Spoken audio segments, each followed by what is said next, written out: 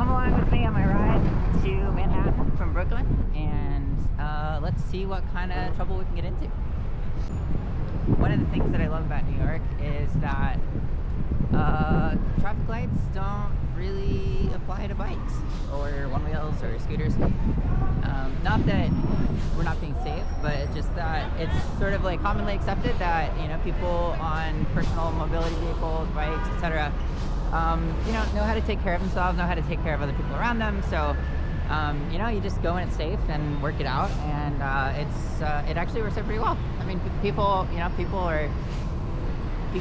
know how to get stuff done. It's the fact that there's these massive cars that weigh 2,000 pounds and can smush you instantly that you know, requires lights in the first place. So yeah, I mean, we can see people are just, you know, making it work, figuring out ways to go around.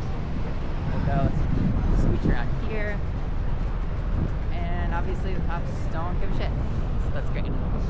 And even if they did, you know, fuck them.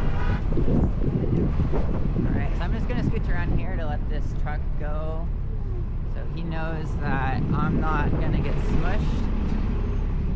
Just scooch on up here. Whenever you're coming up to a stop like this, make sure you go slow so you can look around the edge of the bus, because you never know if there's a pedestrian that's gonna poke out there. On a road like this, obviously there's no bike lane around here, but I still feel pretty safe because all of the cars are going so slow that, you know, I can slow down faster than a car can, I can speed up faster than a car can, I can turn faster than a car can. So, you know, it feels pretty safe because, you know, I have the advantage of being able to maneuver more quickly than a car. So that's great. And here, check this out. So we got a green light, but I got a clear spot before. So if I just cut over to the opposite lane here, then that gives me a clear turn into the left, and then I won't have to wait for the light. So that's another good trick.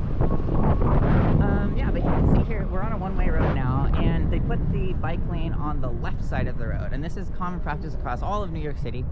And it's actually a really smart idea, because if we're on the left side here, and we've got cars parked on either side, if we were on the right side, all the drivers would be opening their doors right into traffic. And, you know, that's an ideal situation for us. But since we're on the left side, and there's often, like, most drivers don't have a passenger, just statistically, so it's going to be much less likely that the passenger side door is going to be opening up into the bike lane than it would be if it was on the right side. So that's pretty cool.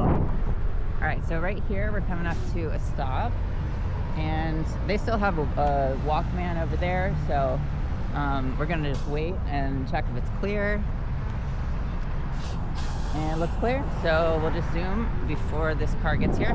That's the really nice thing about living in a city where traffic is actually going at a reasonable speed, is there's plenty of time to cut through. So, like, you know, if that was on a road where cars were going 50 miles an hour, that gap, like, wouldn't have been possible to cut. And the fact that cars are going 50 miles an hour means that it's probably on a wide road, which means that it's a longer crossing distance. So the fact that these streets here are like a good reasonable size, 1 or 2 lanes, a lot of one-ways, cars are moving pretty slowly, just makes it so much safer even when there's not dedicated bike lanes.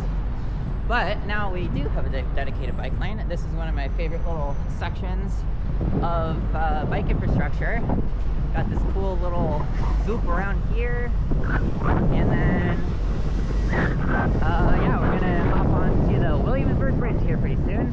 We got a yellow light. We'll just wait for this car, maybe scoot around this way so he knows that he doesn't have to worry about us. Yeah, so there's kind of 2 different strategies to being safe on one wheel or a bike or anything when you're riding around cars. One, be as visible as you can so that cars will see you and not hit you. 2, be as invisible as you can, assume that you're invisible, and ride as if nobody can see you. And there's benefits to both ways, and they can often be combined as well. So if you have, I like to ride and pretend, like, ride as if I am invisible, while also being as visible as I can. But I'm not putting my focus on being visible, because I don't want to ever count on cars seeing me as my only safety mechanism, right? So yeah, I mean, if I'm riding at night, I'll usually have a flashlight on my head, and if I'm going to be riding on the road a lot, I'll put on a tail light as well on my belt, so it shines out on my legs so they can see me from behind. But the main thing is just, like, you know, assume that anybody's going to see you. So yeah, I mean, if you just pretend that cars can't see you, then suddenly your riding is going to become a lot safer around cars, because you know, you're just going to start like putting that onus on yourself to be the one that makes sure that you stay out of tricky situations, rather than assuming that drivers will take care of you. All right, check out this view.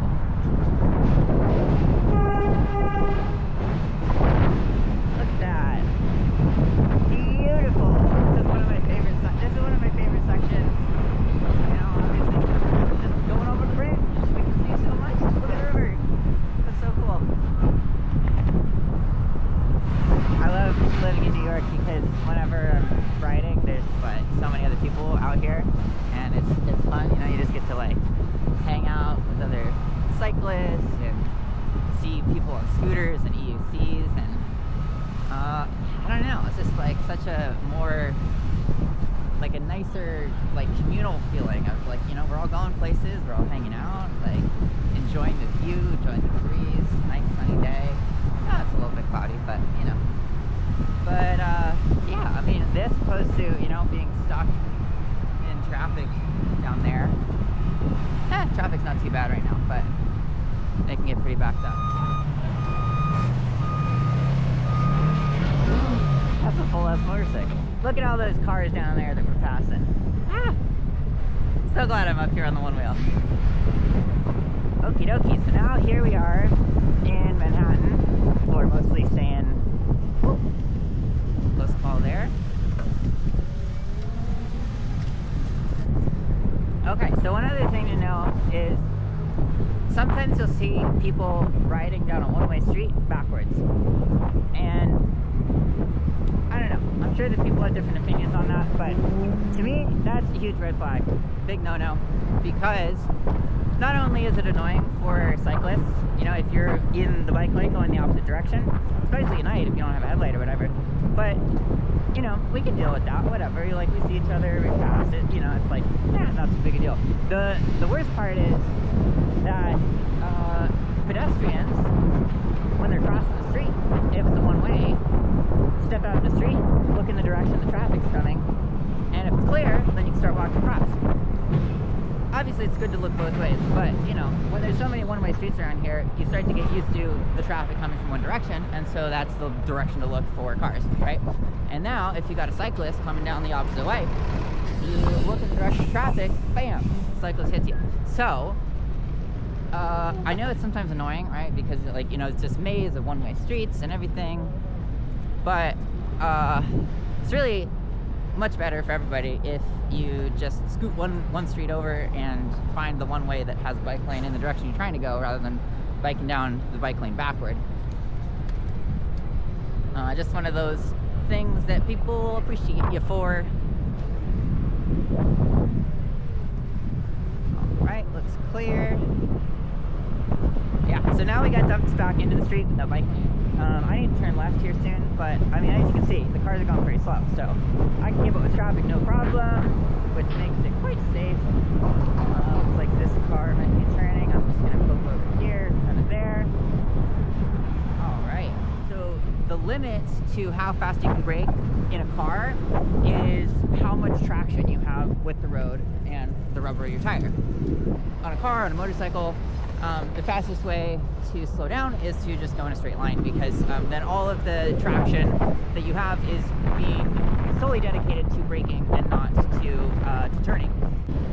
However, it's a little bit different with one wheels, because the limit to how fast we can slow down isn't the traction, because when you slow down on one wheel, if you brake as fast as you can, your tail's going to touch the ground. Like, we don't have any physical brakes, and regen braking can only provide so much stopping power. So theoretically, you know, maybe in the future, at some point, we'll get a one wheel that has so much braking power that we'll have to worry about traction control. But for now, the limiting factor isn't traction. One is how stiff your brakes are in your tune. So this can vary quite a bit between different boards, different tunes on the same board, etc. And then the other is because the stiffness of the board, or how strong your brakes are, will determine how much braking you have before your tail touches the ground, right? So, yeah, so this is a pretty loose tune right now, so I can touch the tail pretty quickly. And of course, as soon as the tail touches, then your braking is held at that level. So you can get more braking by having your tail stiffer, but we're still never going to be running into the limit of traction, at least on pavement. So when you're riding in the city, this is important to keep in mind, especially if you have a looser tune, because let's say you're coming up to something and whoo, you might hit it. So what's going to be the fastest way to brake? You know, coming from a car, coming from a motorcycle, you'd think, okay, just slam on the brakes as hard as you can. We're not worried about losing traction, so, you know, just brake as hard as you can, and that is going to be the shortest distance. Ready? Oh! And, no, did not work, right? We didn't slip out, we didn't lose traction, but simply we just don't have enough braking power in this tune to stop us that quickly. But since we're not worried about traction, we can combine both braking and turning together, and we won't be losing any braking power because we're still far, far away from any loss of traction, right? So let's get up some speed, and then brake hard and turn, and boom, we just cut our stopping distance significantly. No matter how loose your tune is, especially on a looser tune, there's going to be times when you're zooming along and someone comes in front of you. The fastest way to slow down is by turning with whatever just cut in front of you. So let's say a car, you're riding and a car cuts you off, turn with them, right? Slow down, so brake and turn at the same time, and you'll be able to stop way, way quicker. So let's go out and see if we can find a real world example of how to put this into practice. See? Here we just turn at the last second.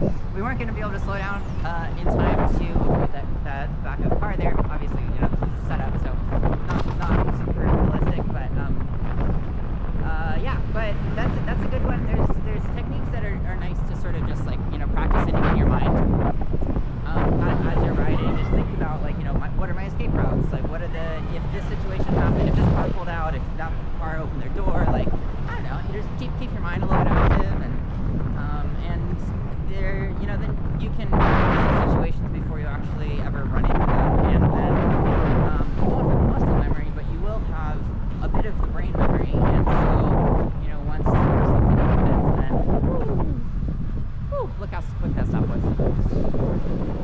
Every time you come to an intersection, take a look at this car here, right? I have no idea if this person's turning or not. They don't have their turn signal on, but they might be turning right. And they could have just cut me right off there, and I could have smashed in their hood or their trunk. That's happened to me before. And it's like this. So that person used their turn signal, so that's no big deal. In that example, whenever someone is turning in front of me, I like to cut around to their left.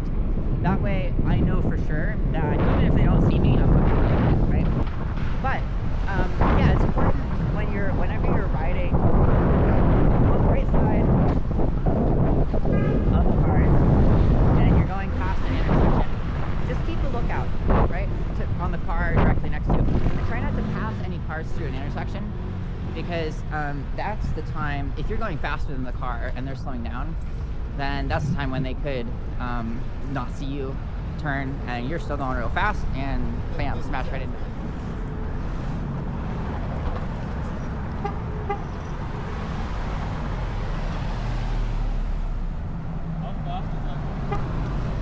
This one I've done 28 miles an hour on. Stock they'll do like 20, 25. My scooter battery just died. I'm like trying to pedal my way all the way home. Oh shit. I'm only like 2 blocks away. I just died. Oh no, do you want to tow? Oh, can I actually? Yeah, absolutely. Oh my gosh, that'd be so funny. I'm just on underdog. Yeah, do you want me to, I can pull on the scooter? Or? Yeah, pull on the scooter if you can. See if you got the horsepower. Oh yeah, okay. This is much easier. Yeah. I went all the way to Barclays Center. Oh yeah. I just died like 4 blocks away from me. Oh no. How far did you go? The battery in this one will do like 15 miles on pavement. Okay, yeah, that's it. Okay. Yeah. My bigger board will do like twice that though. How fast is it? The bigger board, I've done 30 miles an hour on it before, but there's at this point, there's like a bunch of people doing custom builds and stuff. I saw a video of somebody doing 50 miles an hour on a one wheel. Yeah, I see some scooters going like 40 miles an hour. I'm like, that looks like a dead scooter. Yeah. Yeah, at that point you gotta like have full on motorcycle gear. Thank you. All right. Appreciate Yeah, it. no problem. Have a good one. You too. Oh, you a tit bump.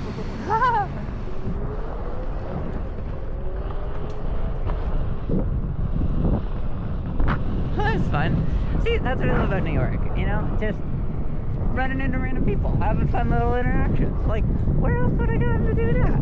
I'm not saying that it's not going to happen anywhere else, right? But just, I don't know, the benefits of a walkable city, the benefits to mental health, to just like standards of living, to joy, to all of this, building community, it's just like, all of this shit is very, very much controlled by our environments. And when we live in the middle of suburbia with giant ass roads and you gotta walk half an hour just to get to the nearest grocery store, then you just don't get the same opportunities. So like, you know, I don't know. I know that all of this is probably pretty self-explanatory at this point, but yeah, I don't know. Moving to New York was just, that was like the biggest thing that really struck me, was just like how intensely different living here is than anywhere else I've lived, simply because of the subway that runs 24/7 and has good scheduling, and the bus, and how close things are. Like, you can walk places, you can ride one wheel places, you can just like get places. All right, well, I hope that some of that was helpful. I had a fun time making this video. It's fun to, you know, just like traipse around the city talking to the camera on the one wheel. I'd love to hear in the comments if you have any feedback, if you disagree with any of the stuff that I said, or if you thought it was helpful. So yeah, I guess that's it. Till next time.